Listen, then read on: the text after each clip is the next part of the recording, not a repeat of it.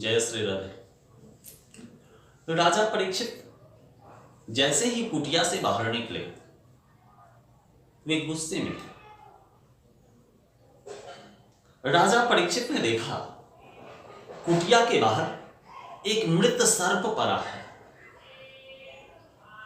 राजा परीक्षित अपने तीर की नोक से उस मरे हुए सर्प को उठाते हैं और समाधि में जो संत बैठे हैं ना,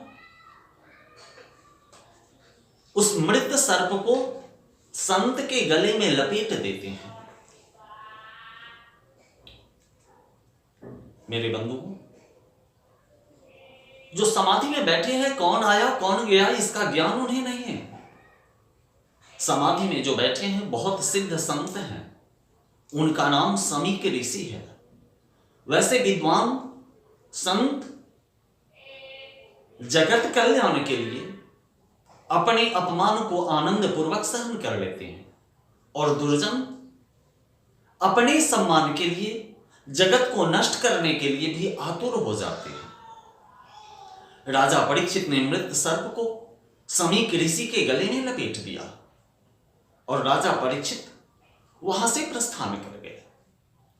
इधर समीक ऋषि के पुत्र श्रृंगी ऋषि अपने बाल मित्रों के साथ सरोवर में स्नान कर रहा था।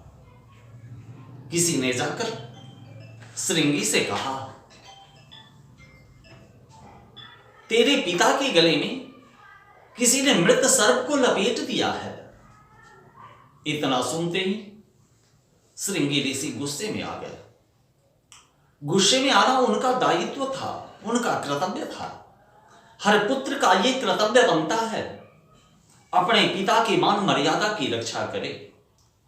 हर शिष्य का कर्तव्य बनता है गुरु के नामों को तीनों लोक चौदहों भुवन में प्रकाशित करे।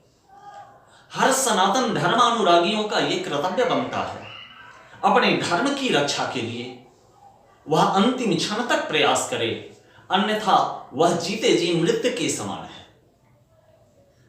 मेरे बंधुओं, श्रृंगी ऋषि ने हाथों में जल लिया और संकल्प किया, जिस किसी ने भी हमारे पिता के गले में मृत सर्प को लपेटा है, आज के 7वें रोज तक्षक नाम का सर्प उसकी मृत्यु का कारण होगा।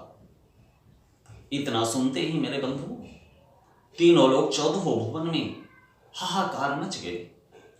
यह शब्द आकाश मंडल में गूंजने लगा। श्रृंगी ऋषि अपने पिता के आश्रम में आए और गले से मृत सर्प को हटाया। जब श्रृंगी ऋषि समाधि से बाहर निकले, जब समीक ऋषि समाधि से बाहर निकले, तो श्रृंगी ऋषि से कहा, बेटे तूने जघन्य कार्य किया है। अरे राजा परीक्षित धर्मपरायण है। काल ने उनके सर पे बैठकर उनसे जघन्य पाप करवाया है, तुझे ऐसा नहीं करना चाहिए। उधर राजा परीक्षित अपने राज्य महल में पहुंचते हैं और अपने माथे से स्वर्ण मुकुट को उतारते हैं।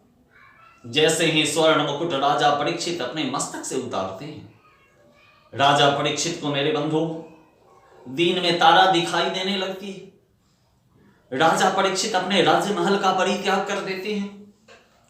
गांव के ब्राह्मण, क्षत्रिय, वैश्य, रंक, राजा, वेश्या, ब्रह्मचारी सभी राजा परीक्षित को कुशल क्षेम पूछने के लिए उनके राज्य महल आते हैं। महाराज, अनजाने में आपसे इतना बड़ा दुष्कर्म कैसे हो गया?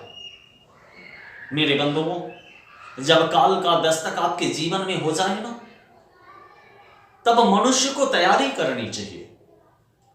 परंतु दुर्भाग्य हम मनुष्यों का है जो 84 लाख योनि भ्रमण करने के बाद भी माया, मोह, काम, क्रोध में फंसकर दुर्लभ मनुष्य तन को हम आप नष्ट कर रहे हैं। राजा परीक्षित सबसे आग्रह करते हैं, कोई मेरे मृत्यु को सुधार दे, कोई संत के द्वारा दिए गए प्रसाद को, संत के द्वारा दिए गए श्राप को आशीर्वाद में परिवर्तित कर दे। परंतु कोई भी राजा परीक्षित के मृत्यु को सुधारने के लिए तैयार नहीं हो रहा है। जय श्री राधे।